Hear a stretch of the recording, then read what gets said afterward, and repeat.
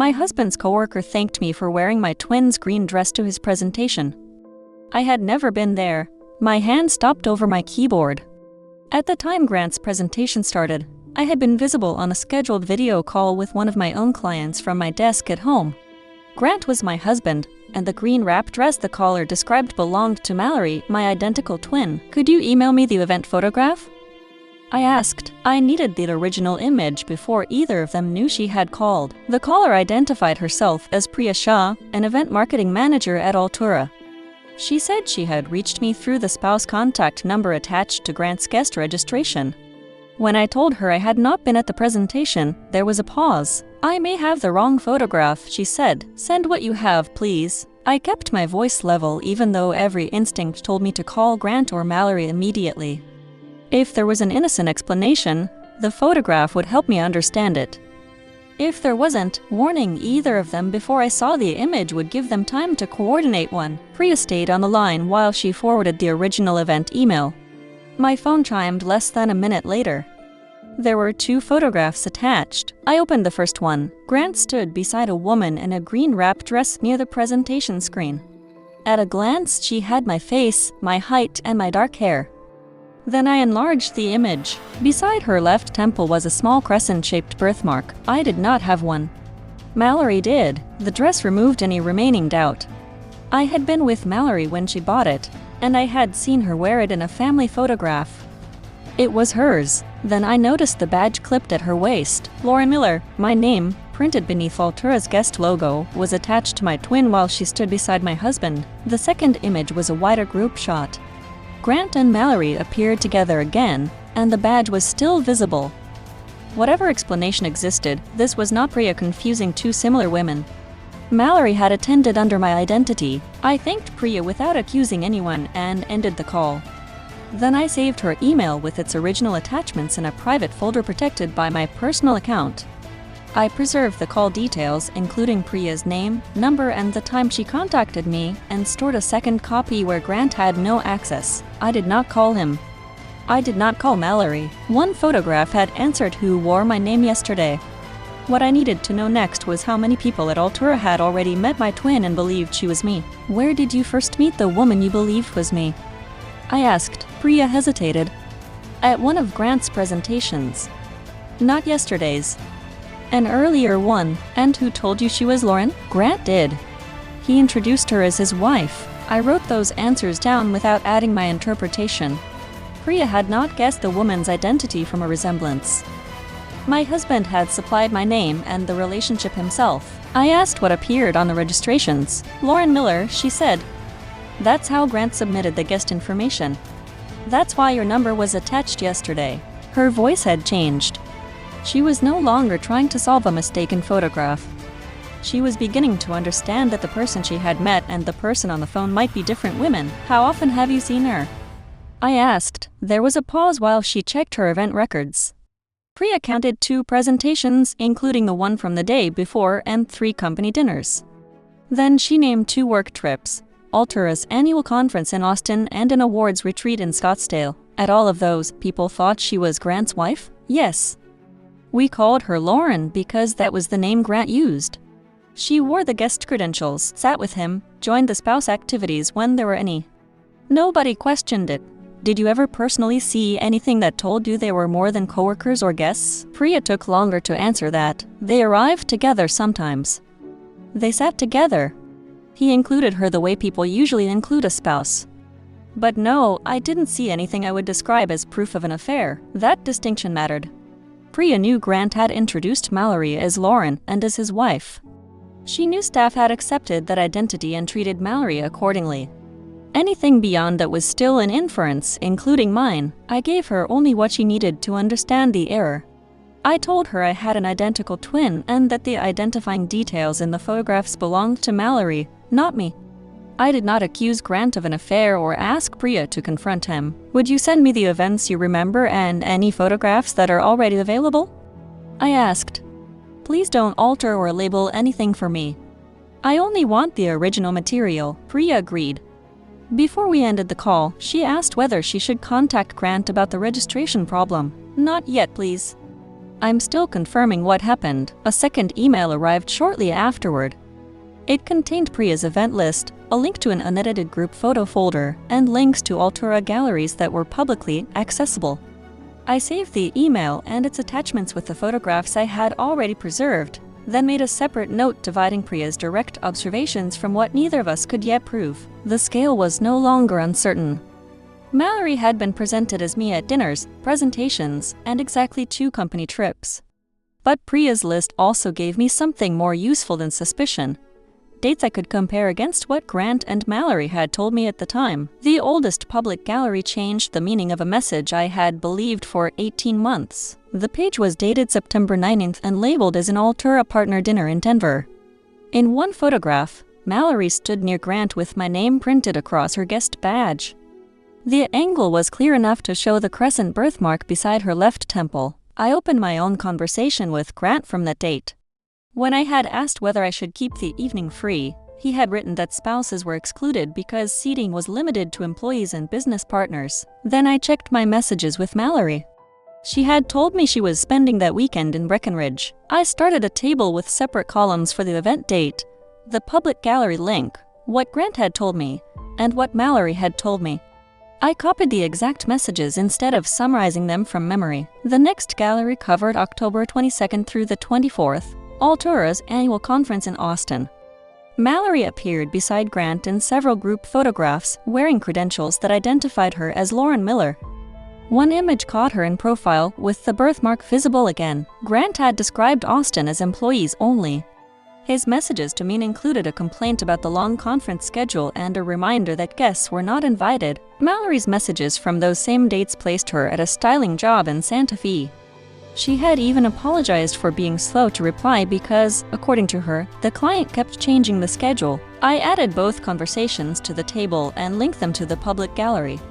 By then, I had to keep stopping myself from calling one of them. Every matched lie made silence feel less natural, but confronting them would tell them exactly which dates I knew. The Scottsdale Awards retreat covered February 6th through the 8th. Grant had called it leadership only.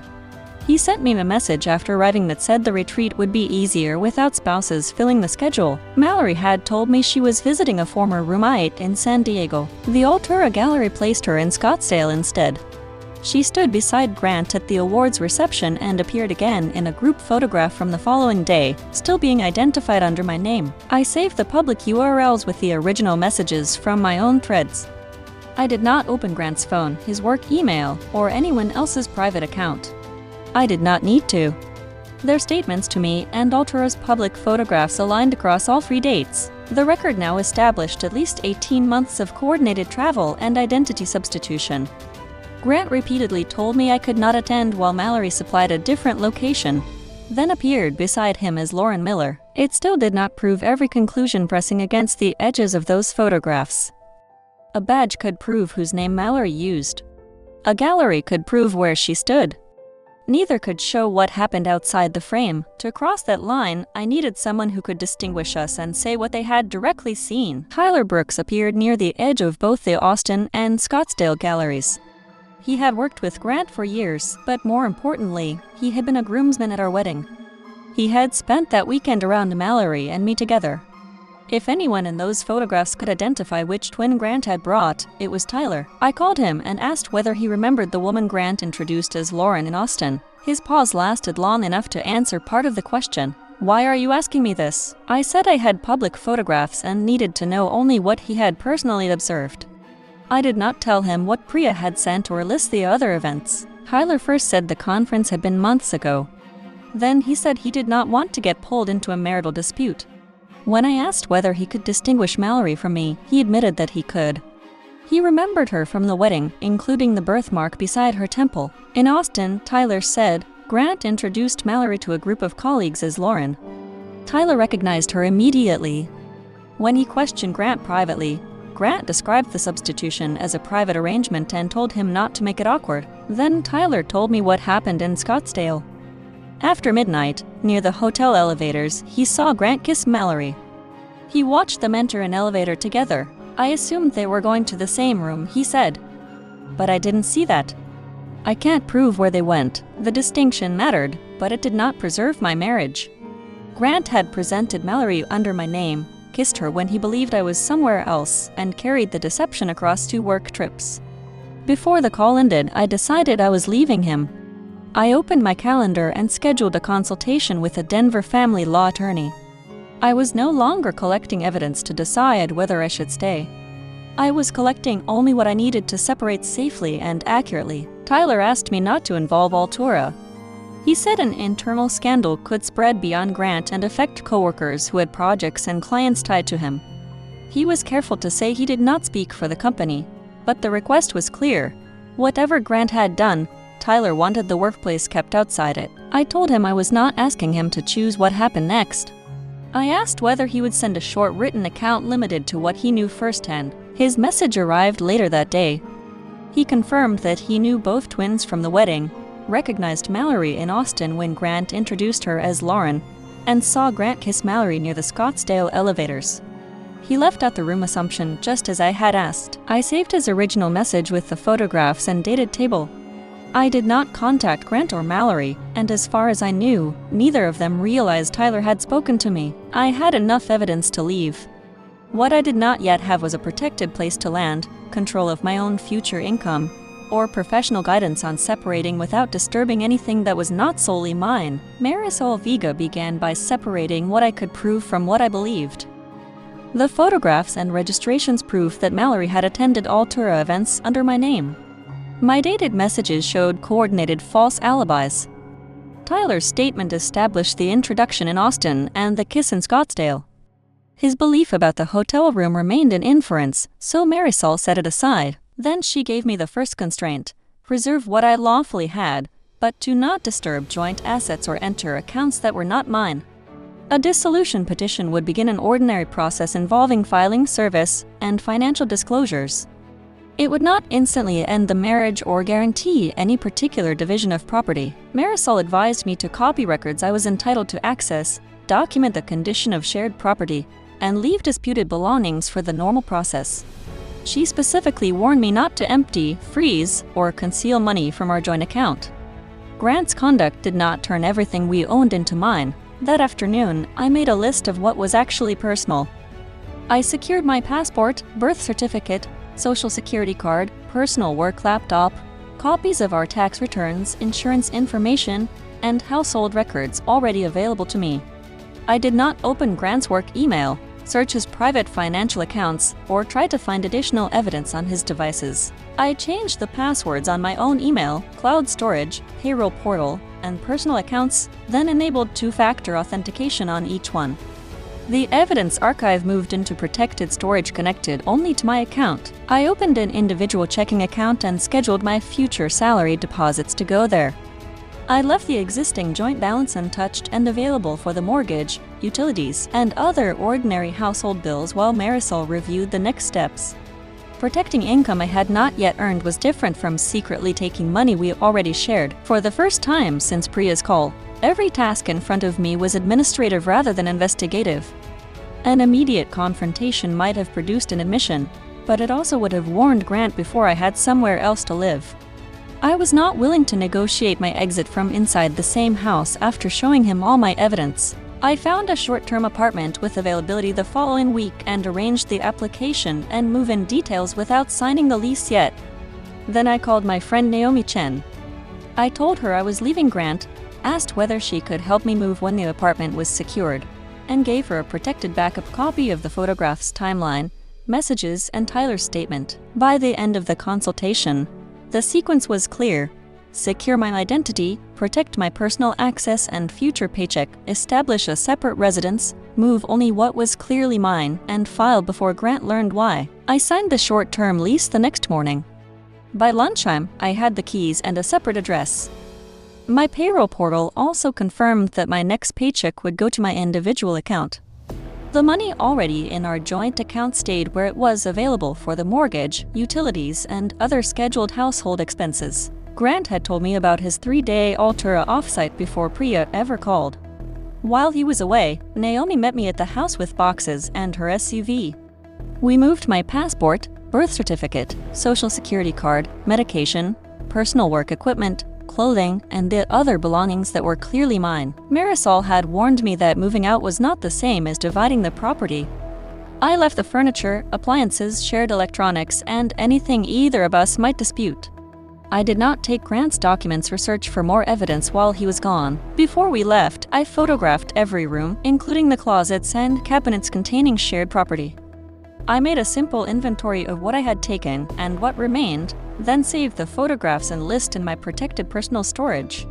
Naomi kept her backup of the original evidence, but none of it came out during the move. That night, I slept at the apartment. I had arranged a rental car for the first week, so I would not depend on Grant or Naomi for transportation. The deposit, rent, and rental cost more than staying in the house, but the decision no longer depended on whether Grant offered an explanation I found acceptable. The following morning, Marisol filed the dissolution petition. She sent me the court confirmation and explained again that filing began the ordinary process. It did not make the divorce final that day. Financial disclosures and the other required steps still had to follow. She also arranged for ordinary service through the normal channel.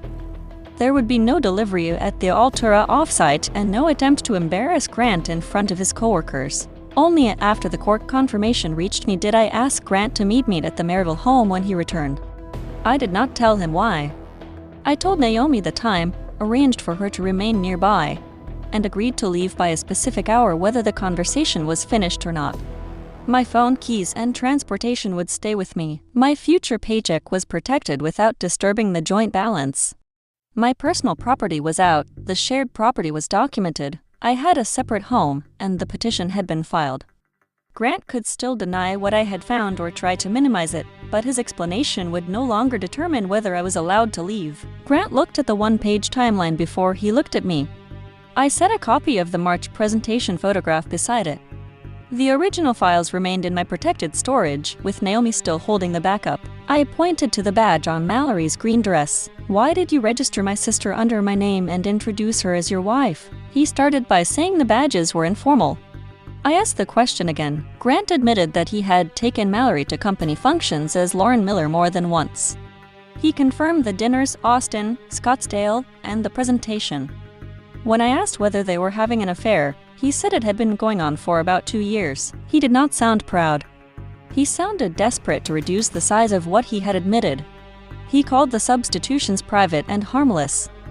According to him, the badges were only for events, nobody had lost money or been denied entry, and his coworkers had no reason to care which twin attended. "That was my name," I said.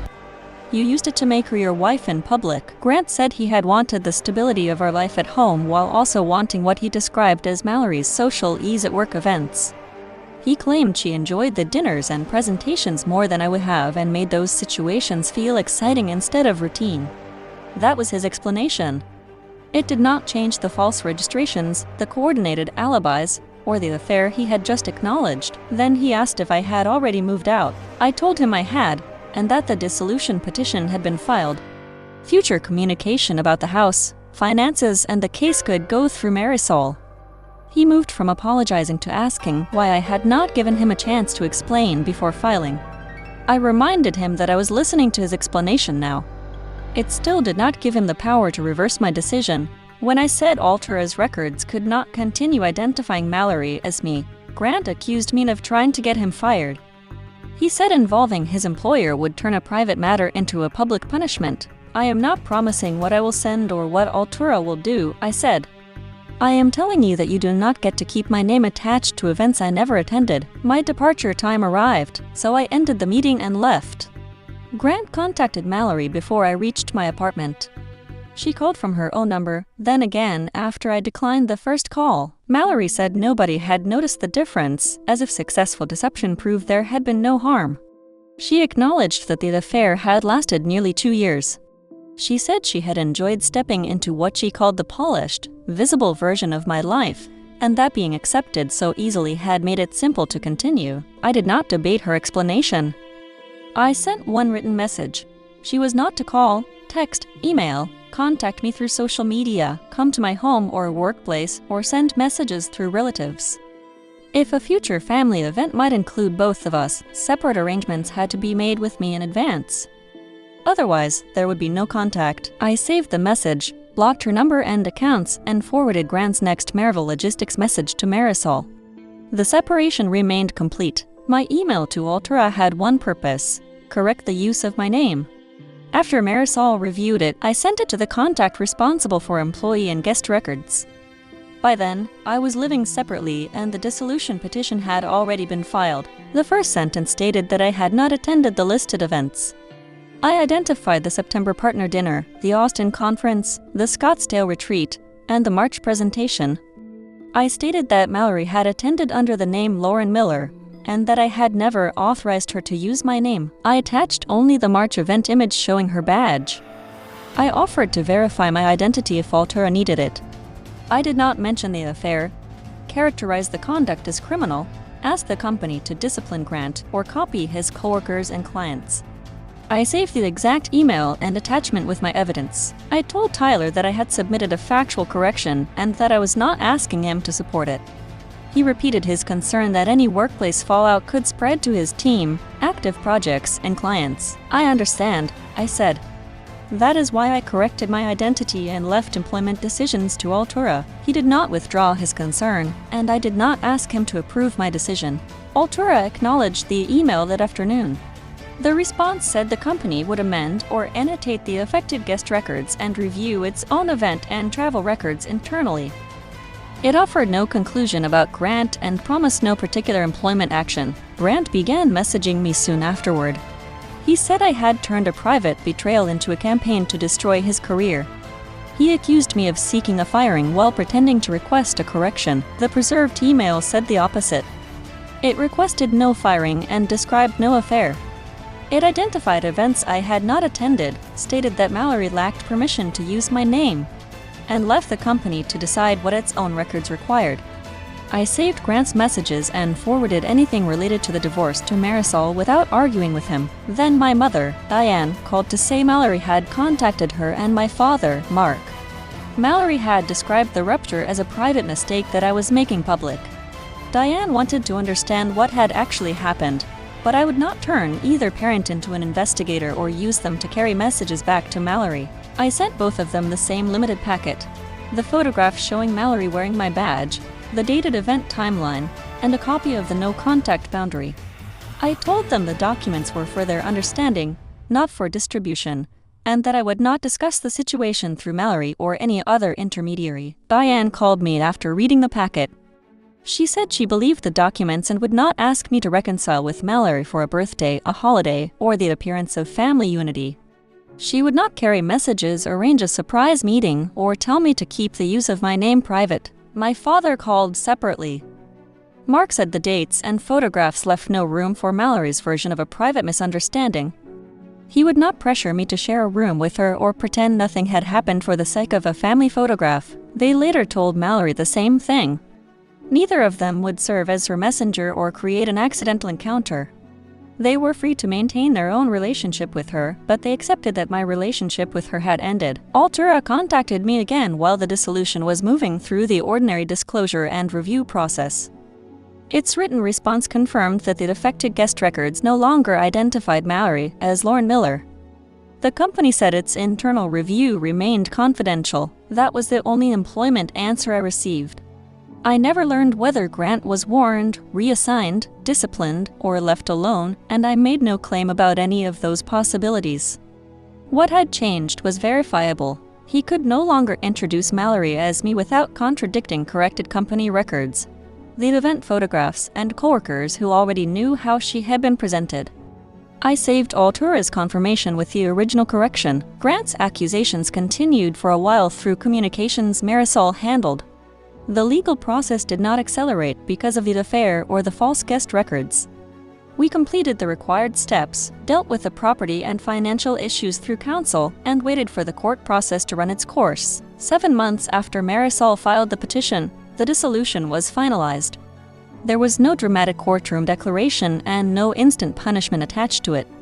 The final order simply ended the marriage I had already left before Grant knew I had confirmed the truth. Finalization did not change my boundary with Mallory. Her calls, texts, email, and social media remained blocked. I did not accept surprise visits or messages passed through relatives. If a future family event might include both of us, separate arrangements had to be made in advance so I would not be forced into contact. Ian and Mark respected the condition without asking me to approve or end their own contact with her. The divorce was final. Altera's records no longer placed my name on Mallory, and my parents had refused to use family unity as a reason to reopen the door. Would you correct the workplace record if your spouse used your name to present your twin as their partner, or keep the exposure inside the family?